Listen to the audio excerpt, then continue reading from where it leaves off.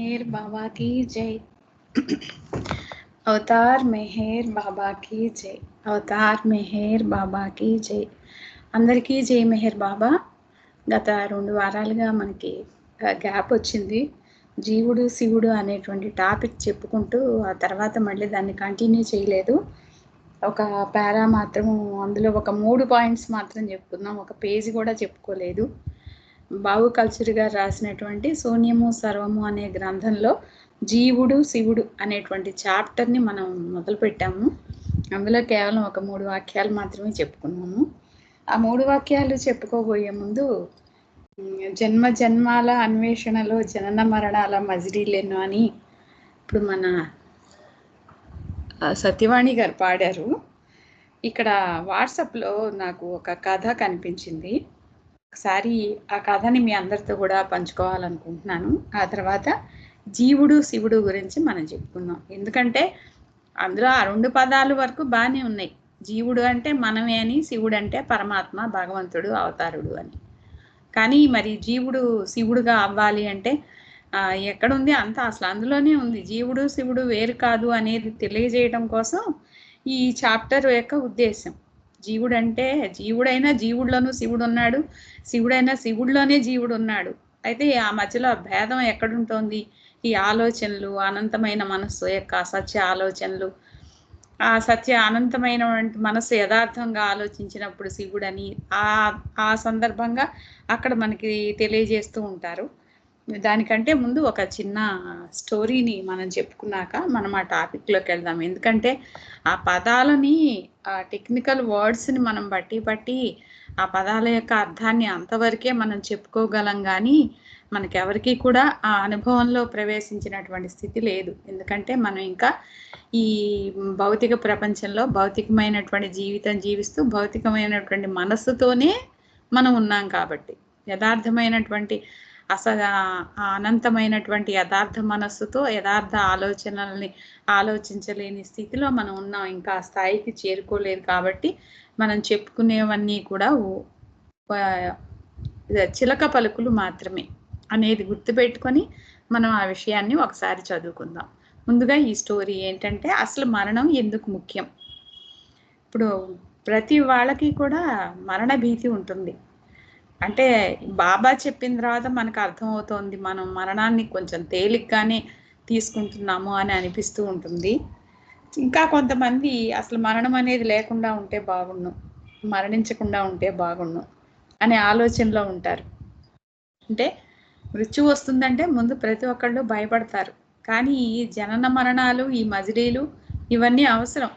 అదేంటంటే ఒక సృష్టి నియమం. అది ఈ విశ్వం ఒక సమతుల్యతలో నడవాలి అంటే ఈ జన్మించిన ప్రతి జీవి మరణించక తప్పదనమాట.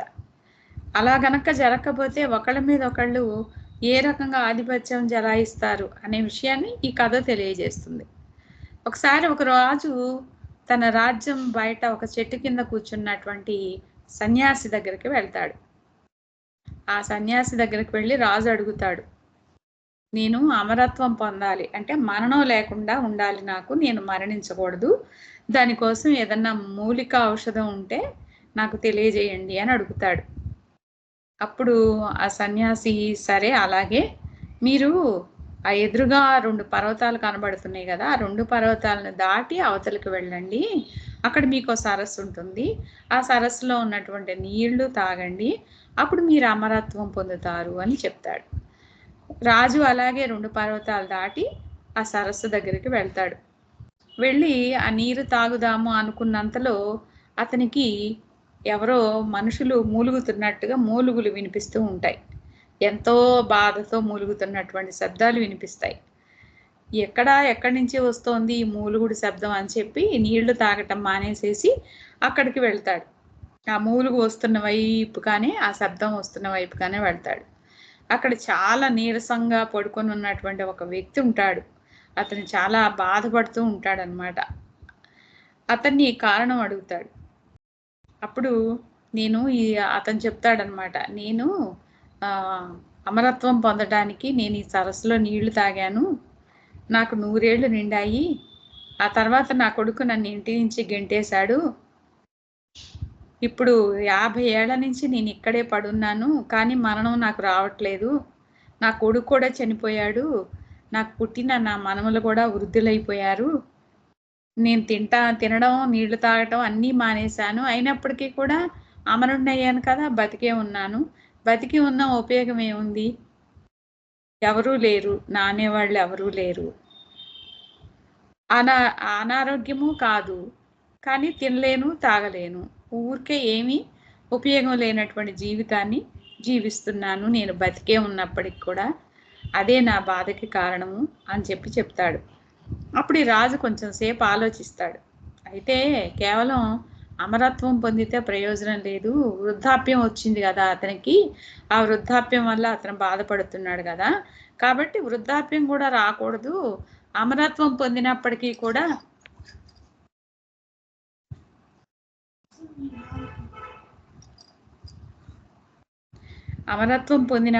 కూడా యవ్వనం పొందితే బాగుంటుంది.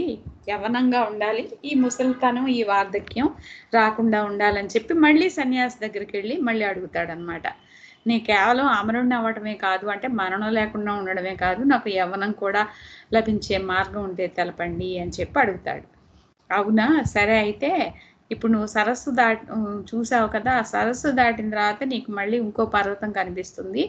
ఆ పర్వతాన్ని కూడా దాటి వెళ్ళండి. అక్కడ పసుపు రంగు పండ్లతో నిండినటువంటి చెట్లు కనిపిస్తాయి. ఆ చెట్టు నుంచి ఒక పండు కోసుకొని మీరు తినండి. మీరు అమరత్వంతో పాటు మీకు యవ్వనం కూడా వస్తుంది అని చెప్తాడు. సరే, రాజు అలాగే బయలుదేరి ఆ పర్వతాన్ని, ఇంకో పర్వతాన్ని కూడా దాటి ఆ పసుపు రంగు పండ్లతో నిండిన చెట్టుని చూస్తాడు. ఆ పండ్లని, ఒక పండుని తెంపి తినబోతూ ఉండంగా ఎవరు గట్టిగా అరుస్తూ పోట్లాడుకోవడం వినిపిస్తుంది అనమాట. ఇంత మారుమూల ప్రదేశం, ఇక్కడ ఎవరున్నారు, ఇక్కడేంటి అరుపులేంటి, గోళ్ళేంటి, కేకలేంటి అని అనుకుంటూ ఎక్కడా అని చెప్పి చూస్తాడనమాట. అక్కడ ఒక నలుగురు యువకులే గొంతెత్తి వాదించుకుంటున్నారన్నమాట, అరుచుకుంటున్నారన్నమాట. ఏంటి, ఎందుకు మీరు పోట్లాడుకుంటున్నారని అడిగితే వాళ్ళల్లో ఒకడు చెప్తాడనమాట, నాకు 250 ఏళ్ళు, నా కుడి పక్కన ఉన్న ఆయనకి 300 ఏళ్ళు, నాన్న అతను నాకు ఆస్తి ఇవ్వటం లేదు అంటాడు. అవతల వ్యక్తి అంటాడు, నేనెట్లా ఇస్తాను, నా పక్కన ఉన్నాడే మా నాన్న, అతనికి 350 ఏళ్ళు, అతను నాకు ఆస్తి ఇవ్వకపోతే నా కొడుక్కి నేనేమిస్తాను అంటాడు. ఆ పక్కనున్న ఆయన చెప్తాడు, నాకు 400 సంవత్సరాలు, నాకు ఆ పక్కన ఉన్నటువంటి నా తండ్రి నాకు ఆస్తి ఇవ్వంది, నేనెట్లా పంచుతానని చెప్పి ఇట్లాగే నలుగురు చెప్తూ ఉంటారనమాట. అంటే ఆస్తి కోసం ఆ పోరాటాలు అవన్నీ చేసుకుంటూ ఉంటే ఊళ్ళో వాళ్ళు చూసి గొడవలు భరించలేక వాళ్ళని ఊళ్ళో నుంచి గెంటేస్తారు. అందుకని ఈ మారుమూలకు వచ్చి ఎక్కడైతే వీళ్ళు అమరత్వాన్ని, తర్వాత యవ్వనాన్ని పొందారో అక్కడికే వచ్చి అరుపులు కేకలు పెట్టుకుంటున్నారనమాట. గ్రామం నుంచి వాళ్ళని వెళ్ళగొట్టారనమాట. సమతుల్యత లోపించింది కదా అక్కడ. ఇక రాజుకు దిగ్భ్రాంతికి చెంది ఇంకా సన్యాసి దగ్గరికి వెళ్ళి నాకు ఆ అసలు విషయం చెప్తాడు. నాకు మరణం ఎందుకు అవసరమో తెలియజేశారు. మరణం, పుట్టిన ప్రతి జీవికి కూడా మరణం కూడా అవసరమే, మీకు ధన్యవాదాలు అని చెప్పి చెప్తాడనమాట. అప్పుడు ఆ సన్యాసి అతనికి జ్ఞానబోధ చేస్తాడనమాట. ఈ మరణాన్ని నివారించాలి, మరణం ఉండకూడదు అనుకునే బదులు మీరేం చేయాలి, మీరు జీవిస్తున్నటువంటి ప్రతిరోజు ప్రతి క్షణం కూడా సంతోషంగా జీవించండి. మిమ్మల్ని మీరు మార్చుకోండి. ఎలాగా, మీరు చేసేటువంటి ప్రతి కార్యక్రమంలో కూడా భగవంతుణ్ణి తలుచుకోవాలి. ఎలా తలుచుకోవాలంటే, ఉదాహరణకి మీరు తీర్థ స్నానం చెయ్యొచ్చు. అలాగే మామూలు స్నానం చేసే బదులు స్నానం చేసేటప్పుడు ఎక్కడ తీర్థయాత్రలకు వెళ్ళక్కర్లా, తీర్థయాత్రలో మునగక్కర్లా. మీరు ప్రతిరోజు స్నానం చేసేటప్పుడు భగవంతుని నామాన్ని తలుచుకున్నారనుకోండి, అది తీర్థ స్నానం అయిపోతుంది, పవిత్రం అవుతుంది. తీర్థ స్నానం లాగా పవిత్ర స్నానం అవుతుంది. అలాగే ఆహారాన్ని తినేటప్పుడు జపం చేస్తూ అది తింటే గనక ఆహారం మామూలు ఆహారం అవ్వదు, అది దేవుడిచ్చినటువంటి ప్రసాదం అవుతుంది. అలాగే మీరు నడుస్తూ ఉన్నప్పుడు దేవుడి యొక్క నామాన్ని జపించారనుకోండి, అది తీర్థయాత్ర చేసినట్లే, తీర్థయాత్ర చేస్తూ ఉన్నట్టే. అది మీరు ఎక్కడికి వెళ్తున్నా సరే, ఏం చేస్తున్నా సరే. అలాగే ఆహారాన్ని వండేటప్పుడు కూడా దేవుని యొక్క నామాన్ని జపం చేస్తూ చేస్తే అది మామూలు ప్రసాదం కాదు, మహాప్రసాదం అవుతుంది. అందరూ తిన్న వాళ్ళందరికీ కూడా అది మహాప్రసాదం అవుతుంది. అలాగే నిద్రపోయే ముందు గనక మీరు భగవంతుడి యొక్క నామాన్ని జపించారనుకోండి, అది ధ్యాన నిద్ర అవుతుంది, ధ్యానంతో సమానం. ఇంకా ప్రత్యేకంగా ధ్యానం చేయక్కర్లా, ప్రత్యేకంగా తీర్థయాత్రలు చేయక్కర్లా, ఇంకా తీర్థ స్నానాలు చేయక్కర్లేదు. అలాగే పని చేసేటప్పుడు జపించారనుకోండి భగవంతుడి నామాన్ని, అదే భక్తి, అదే దేవుడి మీద మనకు ఉండేటువంటి భక్తి అవుతుంది. అలాగే ప్రతి ఇంటిలోనూ భగవంతుడి యొక్క నామాన్ని జపిస్తే ఆ ఇల్లే దేవాలయం అవుతుంది అని చెప్పి ఆ సన్యాసి ఆ రాజుకు తెలియజేసి, ఆ విధంగా మీరు నడుచుకోండి, ప్రతి క్షణం కూడా సంతోషంగా ఉండండి అని చెప్పి చెప్తారనమాట. ఇది మనందరికీ కూడా చాలా బాగుంటుంది అని అనిపించి ఈ కథని మీతో పంచుకోవాలని అనిపించింది. జై మెహర్ బాబా, అవతార్ మెహర్ బాబాకి జై. ఇంకా జీవుడు శివుడు అనేటువంటి ఈ చాప్టర్లోకి వస్తే, అనంత ప్రజ్ఞ అంటే పరమాత్మ అని, అనంత చైతన్యము అంటే పరమాత్మలోని ఆత్మ, అదే అహం బ్రహ్మాస్మి అని, యథార్థమైన అనంత ఆలోచనలతోనున్న అనంత మనస్సు ఈజ్ ఈక్వల్ టు ఆత్మ, అదే వెస్టి ఆత్మ ఈజ్ ఈక్వల్ టు శివుడు అని అంతవరకు చెప్పుకున్నాము. అంటే దాన్ని అహం బ్రహ్మాస్మి, దాన్నే సహజ సమాధి అంటారని కూడా చెప్పుకున్నాము. దాని గురించి ఒకసారి చెప్పుకుంటే, పరమాత్మ అంటే అనంత ప్రజ్ఞ అన్నారు. వ్యక్తి తన యొక్క ఆధ్యాత్మిక ప్రయాణం చేస్తున్నప్పుడు ఆధ్యాత్మిక పురోగమనానికి అవసరంగా మనస్సు ఆటంకంగా నిలుస్తుంది. కాబట్టి ఆ మనస్సుకి ఆటంకంగా నిలిచి ఉన్నప్పుడు ఆ మనస్సుని అధిగమింపజేయడం కోసం అక్కడ గురువుగా తారసపడినటువంటి వారు ఆ మనస్సు యొక్క స్థానంలోనే ప్రజ్ఞని అనుగ్రహిస్తారు. అటువంటి ప్రజ్ఞ అనంతమైనటువంటి స్థితిలో ఉండే ఆ పరమాత్మ అంటే, ఈ ప్రజ్ఞను అనుగ్రహింపబడినటువంటి అనేక ఆత్మల యొక్క సమిష్టి ప్రజ్ఞను సమీకరింపజేసి ఏ ఆత్మకు ఆ ప్రజ్ఞ ద్వారా ఆత్మానుభవాన్ని అనుగ్రహించడానికి ఉద్దేశింపబడినటువంటి పరమాత్మ అనంత ప్రజ్ఞ. ఆ అనంత ప్రజ్ఞే మనస్సు స్థాని వ్యక్తికి వ్యక్తిపరంగా ప్రజ్ఞ అనుగ్రహించడం అనేది జరుగుతుందన్నమాట. ఈ అనంత ప్రజ్ఞ యొక్క రూపం ఏంటి అంటే, అదే వ్యక్త బ్రహ్మము, అదే అవతార పురుషుడు అని తెలియజేశారు. తర్వాత రెండవది ఏంటి, అనంత చైతన్యం ఈజ్ ఈక్వల్ టు పరమాత్మలోని ఆత్మ. అంటే అనంత ప్రజ్ఞ ఈజ్ ఈక్వల్ టు పరమాత్మ చెప్పుకున్నాము. ఇప్పుడు అనంత చైతన్యం ఈజ్ ఈక్వల్ టు పరమాత్మలోని ఆత్మ.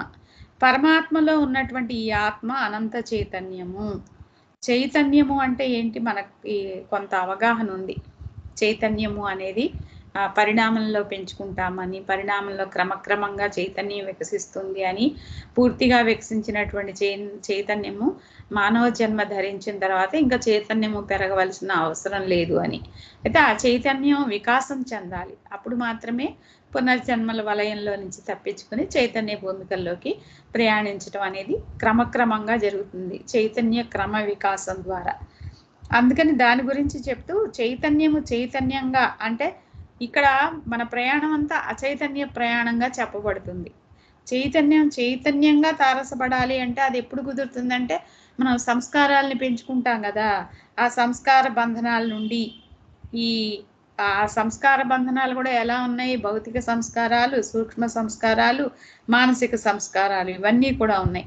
ఆ భౌతిక సూక్ష్మ మానసిక సంస్కార బంధనాల నుండి ఎప్పుడైతే పూర్తిగా విడుదలైపోయినటువంటి స్థితి ఉందో అది చైతన్యముగా చైతన్యము మనకు చైతన్యముగా తారసపడాలి అంటే, భౌతిక సూక్ష్మ మానసిక సంస్కార బంధనాల నుండి పూర్తిగా విడుదలైపోయినటువంటి స్థితిలో మిగిలి ఉన్నది ఏదైతే ఉందో అది చైతన్యం అన్నమాట. అది చైతన్యముగా మనకు తారసపడేటువంటిది. అటువంటి చైతన్యమే ఆత్మయై ఉంటుంది. ఈ పరమాత్మలో ఉన్నటువంటి ఆత్మ, అది అనంత చైతన్యము అంటే ఇక్కడ అనంత చైతన్యం ఈజ్ ఈక్వల్ పరమాత్మలోని ఆత్మ, అదే అహం బ్రహ్మాస్మిగా చెప్పబడుతుంది అన్నమాట. అది రెండో వాక్యం. మూడో వాక్యం ఏంటి, యథార్థమైన అనంత ఆలోచనలతో ఉన్న అనంత మనస్సు ఈజ్ ఈక్వల్ టు ఆత్మ, వెస్టి ఆత్మ ఈజ్ ఈక్వల్ టు శివుడు అని చెప్పారు. అది కూడా మనం చెప్పుకున్నాం గత 2 వారాల క్రితం. యథార్థమైన అనంత ఆలోచనలతోనున్న అనంత మనస్సు ఆత్మ అంటే, ఆత్మను గురించి ఇక్కడ బాబా మనకి నిర్వచిస్తున్నారు. పరమాత్మలో ఉన్నటువంటి ఆత్మను గురించి నిర్వచిస్తున్నారు. అనంత చైతన్యమే ఆత్మ అన్నారు. యథార్థమైన అనంత ఆలోచనలతోనున్న అనంత మనస్సు ఆత్మ. అంటే ఆత్మ అంటే అనంత చైతన్యము, అంటే శరీర ప్రాణ మనస్సుల తాదాత్మ్యత లేని పరిశుద్ధ చైతన్యమే ఆత్మ. ఆ ఆత్మను గురించే ఇంకాస్త వివరంగా చెప్తున్నారనమాట. యథార్థమైన అనంత ఆలోచన అంటే ఏమిటి? నేను ఆత్మనై ఉన్నాను. ఆత్మనై ఉన్నాను అనడానికి అనంత ప్రజ్ఞ అయినటువంటి పరమాత్మలో ఉనికి కలిగి ఉన్నాను. అంటే ఇంతకు ముందు చెప్పుకున్నామే అనంత చైతన్యము పరమాత్మలోని ఆత్మ అని, అందులో ఉనికి కలిగి ఉన్నటువంటిది. అంటే అదెవరు అంటే అనంత ప్రజ్ఞే. అంటే ఇక్కడ ఆత్మగా తన యొక్క ఉనికి ఏంటి? అనంత ప్రజ్ఞే. అనంతమైన ప్రజ్ఞ కలిగినటువంటి పరమాత్మే అక్కడ ఆధారమై ఉంది కాబట్టి, అటువంటి ఆ పరమాత్మలో నేను ఆత్మనై ఉన్నాను. మరి పరమాత్మ యొక్క ఆలోచన స్థితిలో పరమాత్మ యొక్క అనంత ఆలోచన దగ్గరకు వచ్చేటప్పటికి అనేక ఆత్మలు ఉన్నాయి. ఇక్కడ వ్యక్తిగతమైనటువంటి ఆత్మ సంబంధమైన అనుభవంలో ఆత్మనై ఉన్నాను. అందుకే అక్కడ వ్యష్టి ఆత్మ అన్నారు. వ్యష్టి ఆత్మగా చెప్తున్నారు. ఆ అనుభవంలో ఆత్మనై ఉన్నాను, ఇంకా ఇతర ఆత్మలు లేవు అన్నప్పుడు అదేమవుతోంది? యథార్థమైన అనంత ఆలోచనలతో ఉన్న అనంత మనస్సు ఆత్మ. అటువంటి వ్యష్టి ఆత్మ శివుడు, అంటే శివాత్మ అవుతున్నాడు అని చెప్తున్నారు. అంటే వ్యష్టి ఆత్మ అంటే శివుడు. అంటే శివుడు అంటే అహం బ్రహ్మాస్మి. ఈ అహం బ్రహ్మాస్మి అనే ఆ స్థితే సహజ సమాధి స్థితి అని కూడా అన్నారు. అంటే వ్యష్టి ఆత్మ అంటే శివుడు అంటే శివాత్మ.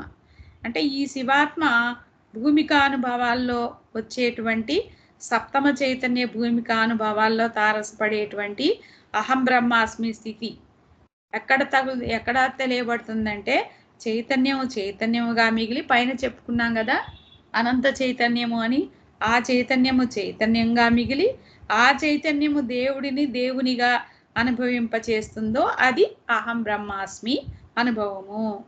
ఈ అహం బ్రహ్మాస్మి అనుభవం అనేది ధ్యాన నిమగ్నుడై ఉండేటువంటి అనుభవంలో, ధ్యానంలో తారసపడుతుంది ఆ అనుభవం. అది చెప్పడానికి ఉండేటువంటి స్థితి కాదు. అంటే వ్యక్తి సాధకుడుగా తన యొక్క ప్రయాణాన్ని ప్రారంభించి అహం బ్రహ్మాస్మి స్థితికి చేరుకున్నప్పుడు అది అనుభవైక వైద్యమే కానీ అది మనం చెప్పేటువంటి విషయం కాదు. నేను బ్రహ్మమునై ఉన్నాను అనేటువంటి అనుభవము సప్తమ చైతన్య భూమిక అనుభవంలో తారసపడుతుంది. దాన్నే బాబా ఏమన్నారంటే ఆ అనుభవాన్ని సహజ సమాధి అని కూడా అన్నారు ఇక్కడ. అంటే ఈ సమాధి స్థితుల్లో కూడా యోగ సమాధి అని, సహజ సమాధి అని 2 స్థితులు ఉంటాయి. యోగ సమాధి స్థితి అంటే జడ సమాధి అయిపోతుంది. జడ సమాధి అంటే ఇంకా అది జడంగా ఉంటుందన్నమాట, దానికి కదలిక ఉండదు. అయితే ఎంత జడమైనప్పటికీ కూడా అది మానసిక స్థితి మీద ఆధారపడి ఉంటుంది, మానసిక సంకల్పం మీద ఆధారపడి ఉంటుంది ఆ జడ సమాధి అనేది. ఇక సహజ సమాధి అంటున్నారు ఇక్కడ మనకి. అహం బ్రహ్మాస్మి మరియు సహజ సమాధి అంటున్నారు. ఈ సహజ సమాధి గురించి ఏం చెప్తున్నారు బాబా? మనస్సుతో సంబంధం లేకుండా, మనస్సుతో ప్రమేయం లేకుండా తాను ఈ భౌతిక ప్రపంచంలోనే జీవిస్తూ ఉంటాడు. అంటే యోగ సమాధిలో చెప్పినటువంటి 2 సమాధుల్లో జడ సమాధి అయితే మానసిక స్థితి మీద ఆధారపడి ఉంటుంది అది. కానీ ఇక్కడ సహజ సమాధి, సహజంగా పొందినటువంటి ఆ సమాధి స్థితి అహం బ్రహ్మాస్మి స్థితి అన్నప్పుడు మనస్సుతో ప్రమేయం లేకుండా ఈ భౌతిక ప్రపంచంలో జీవిస్తూనే ఉంటాడు, భౌతిక ప్రపంచానుభవంలోనే ఉంటాడు, అయినా ఆత్మయ్యై ఉంటాడు, ఆత్మయ్యై పరమాత్మలో ఉంటాడు, పరమాత్మలో జీవాత్మయ్యై ఉంటాడు, పరమాత్మలో జీవాత్మగానే కాకుండా శివాత్మగా కూడా ఉంటాడు. ఇది సహజ సమాధి అని తెలియజేశారు బాబా. అక్కడికి 3 వాక్యాల గురించి చెప్పుకున్నాం. 4వ వాక్యం ఏంటంటే అసత్యమైన అనంత ఆలోచనలతోనున్న అనంత మనస్సు ఈజ్ఈక్వల్ టు జీవుడు. ఇది మనకి అర్థం అవుతూనే ఉంది. అసత్యమైన ఎందుకంటే మనం ఉన్నటువంటి స్థితి అదే కాబట్టి అసత్యమైన ఆలోచనలు అనంతంగా ఉంటాయి. మళ్ళీ అనంత మనస్సే, ఇది కూడా అనంత మనస్సే.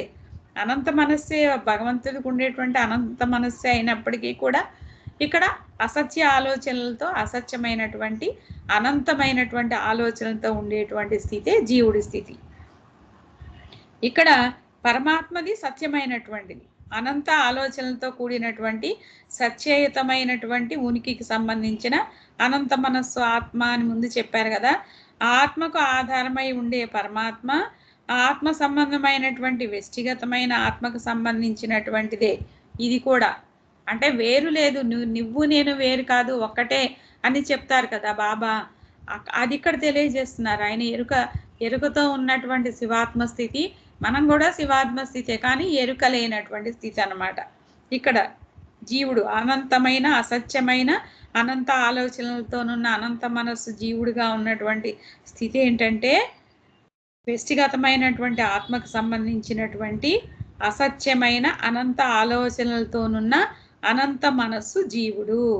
ఈ జీవుడు మానవుడిగా దేహదారిగా ఉన్నటువంటి వ్యష్టి ఆత్మే, ఇది జీవాత్మగా చెప్పబడుతుంది అని తెలియజేస్తున్నారు అన్నమాట. అవతార్ యొక్క కానీ సద్గురువు యొక్క కానీ అనుభవం దృష్ట్యా చూస్తే వాళ్ళు అనంత ప్రజ్ఞలో ఉంటారు, అనంత ప్రజ్ఞగా పరమాత్మగా ఉంటారు. నిర్గుణ నిరాకార స్థితిలో పరమాత్మ ఉన్నటువంటి వాళ్ళల్లో ఆత్మలన్నీ ఉనికి కలిగి ఉంటాయి. ఈ ఆత్మలన్నీ ఉపాధి రహితమైనటువంటి స్థితిలో ఏకాత్మగా కూడా ఉంటాయి. ఉపాధులతో కూడిన ఉన్నటువంటి స్థితిలో అనేక ఆత్మలై ఉన్నాయి. ఉపాధులతో కూడి భౌతిక సూక్ష్మ మానసిక ఉపాధి అనుభవములతో కూడిన అనేక ఆత్మలు ఈ పరమాత్మలో అంటే అవతారుల్లో సద్గురువుల్లో ఉనికి కలిగి ఉండే స్థితిలో అనేకమై ఉంటాయి. అనేకమై ఉండే అనంతమైనటువంటి ఈ జీవుల్లో తాను వాటి యొక్క ఆలోచన వ్యష్టిపరముగా పరిమితమే అయినా సంకుచితమే అయినప్పటికీ కూడా అది పరమాత్మలోనే ఉనికి కలిగి ఉంది కదా. ఆ పరమాత్మలోనే ఉనికి కలిగి ఉన్నది అనేటువంటి అనుభవాన్ని పురస్కరించుకొని ఇక్కడ అనంత మనస్సు అని చెప్తున్నారు.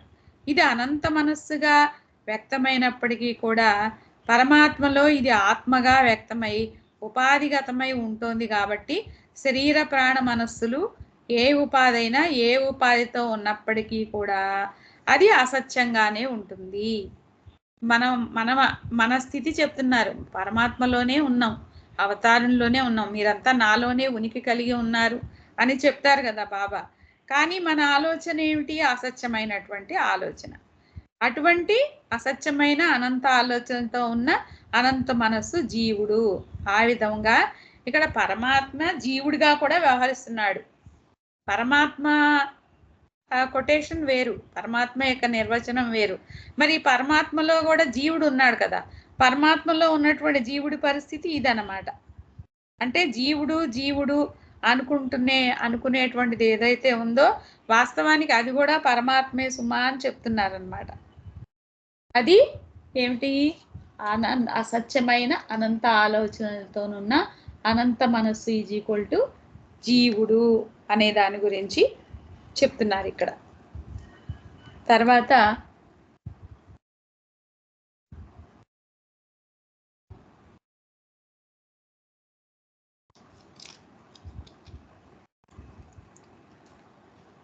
మానవునిగా దేహదారి అయిన వ్యష్టి ఆత్మ జీవాత్మ. మానవునిగా దేహదారి అయిన వ్యష్టి ఆత్మ జీవాత్మ అంటున్నారు. అంటే అనంతమైన ప్రజ్ఞతో కూడినటువంటి ఎరుక అక్కడుంటే పరిమితమైనటువంటి అనుభవంతో కూడినటువంటి ఉపాధితో సంబంధపడినటువంటి స్థితుల్లో అసత్యమైన అనంత ఆలోచనలతో ఉన్న అనంత మనస్సు జీవుడు. అంటే మానవునిగా దేహదారి అయిన వ్యష్టి ఆత్మే జీవాత్మ. దీన్ని ఏమంటున్నారంటే జీవాత్మ అంటే విభజింపబడినటువంటిది, ఏకము అవిభాజ్యము అనంతము అయినటువంటి స్థితి పరమాత్మదైతే, వ్యష్టి ఆత్మగా జీవాత్మగా ఉన్నటువంటి స్థితి విభజింపబడినటువంటి స్థితి, వ్యక్తి సంబంధమైనటువంటిది. ఎందుకంటే అసత్యమైన అనంత ఆలోచనలతో ఉంది కాబట్టి అది జీవాత్మ. ఇక్కడ పరమాత్మ దృష్ట్యా విభజింపబడలేదు, కానీ పరమాత్మలో ఉండేటువంటి ఈ ఆత్మ తన స్వీయ అనుభవం ద్వారా ఎవరికి వాళ్ళు స్వీయ అనుభవం ఏంటి? విభజింపబడినటువంటి స్థితి అన్నమాట. అక్కడ వ్యష్టి ఆత్మగా ఉంటుంది. అందుచేత వ్యష్టి ఆత్మగా ఉన్నటువంటిది జీవాత్మ. అంటే ఇక్కడ బాబా మనకి ఏం చెప్తున్నారంటే మానవ శరీరంలో ఉన్నటువంటి దేహదారి ఉన్నటువంటి ఆత్మ జీవాత్మగా చెప్పబడినప్పటికీ కూడా అది వ్యవహారికమైనటువంటి అనుభవమే కానీ వాస్తవానికి నిజానికి అది కూడా ఎక్కడుంది, ఎందులో ఉంది?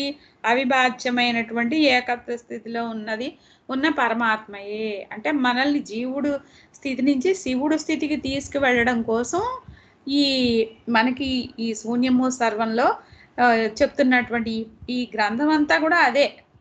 సాధారణమైనటువంటి జీవితంలో ఉన్నటువంటి అనంతమైన అసత్య ఆలోచనలతో ఉన్నటువంటి వ్యష్టి ఆత్మ ఏ విధంగా పరమాత్మే, నువ్వు పరమాత్మ అయ్యే ఉన్నావు అనే విషయాన్ని తెలియజేయడం కోసమే ప్రతి చాప్టర్లోనూ అదే ఉంటుందన్నమాట ఇందులో. తర్వాత 5వ వాక్యం ఏంటంటే, మానవుడు 3 శరీరాల్ని కలిగి ఉంటాడు. అది మానసిక శరీరము, ఆలోచించే మనస్సు, సూక్ష్మ శరీరము, చురుకుగానున్న శక్తి, భౌతిక శరీరము, భౌతిక ఉపాధి అని చెప్తున్నారు. ఈ 3 శరీరాలు కూడా ఉంటాయి, తెలుసు కదా. 3 శరీరాలు మనకున్నాయి. మానవుడు అంటే మనమే. 3 శరీరాలు ఉన్నాయి. మానసిక శరీరం, సూక్ష్మ శరీరం, భౌతిక శరీరం. అదే వ్యష్టి ఆత్మగా చెప్పబడుతుంది. అలాగే సమిష్టి ఆత్మకు కూడా ఉంటాయి ఈ 3 శరీరాలు. అయితే సమిష్టి ఆత్మ పరమాత్మలో ఒక్కటై ఉన్న సందర్భంలో ఈ 3 ఉపాధుల యొక్క తాదాత్మ్యత లేదు. జీవాత్మగా వ్యవహరింపబడినప్పుడు ఈ 3 శరీరముల యొక్క తాదాత్మ్యత ఉంటుంది. అంటే భగవంతుని యొక్క అస్తిత్వ స్థితి దగ్గరికి వెళ్తున్నారు. మళ్ళీ మానవుడు 3 శరీరాల్ని కలిగి ఉంటాడు. మానసిక శరీరం, సూక్ష్మ శరీరం, భౌతిక శరీరం. ఈ 3 శరీరాల తాదాత్మ్యతతో ఉంటాడు. మానవునిగా దేహధారి అయి ఉన్నటువంటి వ్యష్టి ఆత్మ ఏదైతే ఉందో అది జీవాత్మగా వ్యవహరింపబడుతూ ఉంటుంది అనేది తెలియజేస్తున్నారు. ఆ తర్వాత అనంతుడైన వాడు ఆలోచించనప్పుడు అతడు పరబ్రహ్మ స్థితిలో ఉంటాడు. పరబ్రహ్మ స్థితి అంటే ఆలోచనలు లేనటువంటి స్థితి. అక్కడ కూడా అతడు అనంతుడే, పరబ్రహ్మ స్థితిగా చెప్పబడుతుంది. మనం కూడా ఆలోచనలు కొంతసేపు గాఢ నిద్రలో ఉన్నప్పుడు మన స్థితి కూడా అదే పరబ్రహ్మ స్థితిగానే చెప్తారు. గాఢ నిద్రలో ఏ ఆలోచనారహిత స్థితిలో మనం ఉంటూ ఉంటాం. దాని గురించి అనంతుడైనటువంటి వాడు ఆలోచించినప్పుడు పరబ్రహ్మ స్థితిలో ఉంటాడు అని చెప్తున్నారు. అంటే ఇక్కడ 3 శరీరాలు కలిగి ఉన్నటువంటి జీవాత్మ వ్యష్టి ఆత్మగా, సమిష్టాత్మగా, పరమాత్మలో పరమాత్మయై ఉండే అనుభవము, అనంత ఆలోచనలు కలిగి ఉండే, అనంత ఆలోచనలతో ఉండే పరమాత్మ. అక్కడ ఆ పరమాత్మే ఆలోచనలు ఏమీ లేవు. ఆలోచన లేనటువంటి ఆ స్థితిలో ఆ విధమైనటువంటి ఆలోచన లేనిదైనప్పుడు ఆ పరమాత్మ యొక్క అనుభవ స్థితి ఏంటంటే పరబ్రహ్మ స్థితి యొక్క అనుభవము అని చెప్తున్నారు. అనంతుడైన వాడు ఆలోచించినప్పుడు అతడు పరబ్రహ్మ స్థితిలో ఉంటాడు అని చెప్తున్నారు. ఆ తర్వాత 7వ వాక్యం ఏంటంటే, అనంతుడైన వాడు విశ్వమును గురించి కాక అనంత చైతన్యమైన భగవంతునిగా తన గురించి మాత్రమే ఆలోచిస్తున్నప్పుడు అతడు పరమాత్మ స్థితిలో ఉంటాడు అని చెప్తున్నారు. దీని గురించి మనం వివరంగా నెక్స్ట్ వారం చెప్పుకుందాము.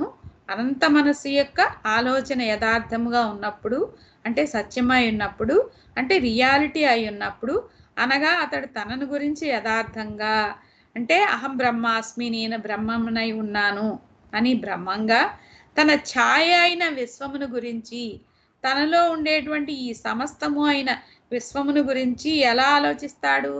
భ్రమాన్వితమైనదిగా ఆలోచిస్తాడు. అప్పుడు అతడు శివుని స్థితిలో ఉంటాడు అంటున్నారు. అది శివాత్మ యొక్క అనుభవ స్థితి, అది సద్గురువు యొక్క అనుభవ స్థితి అని చెప్తున్నారు. దీని గురించి మనం నెక్స్ట్ వారం మరింత వివరంగా చెప్పుకుందాం.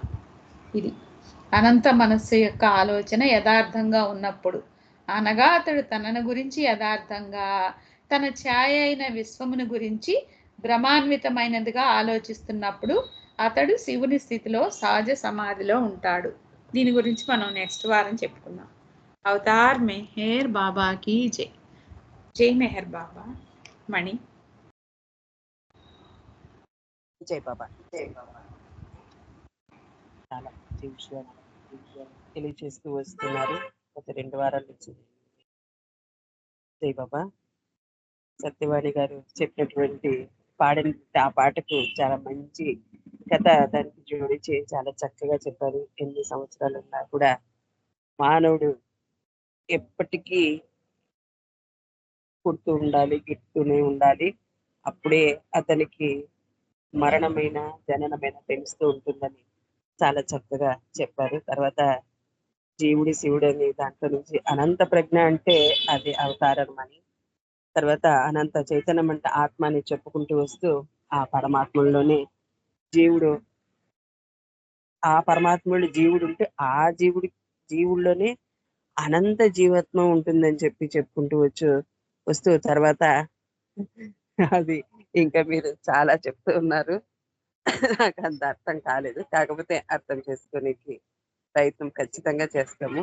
జై బాబా అక్క. చాలా మంచి విషయాలు తెలియజేస్తూ వస్తున్నారు.